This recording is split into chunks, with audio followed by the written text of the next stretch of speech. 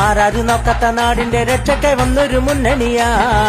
കഷ്ടപ്പെടുന്നവർ നെഞ്ചോട് ചേർത്തൊരു നേരിന്റെ മുന്നണിയാ.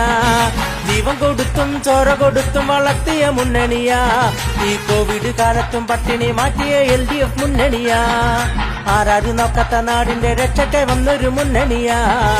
കഷ്ടപ്പെടുന്നവർ നെഞ്ചോട് ചേർത്തൊരു നേരിന്റെ മുന്നണിയാ. ജീവൻ കൊടുത്തും ചോര കൊടുത്തും വളർത്തിയ മുന്നണിയാ.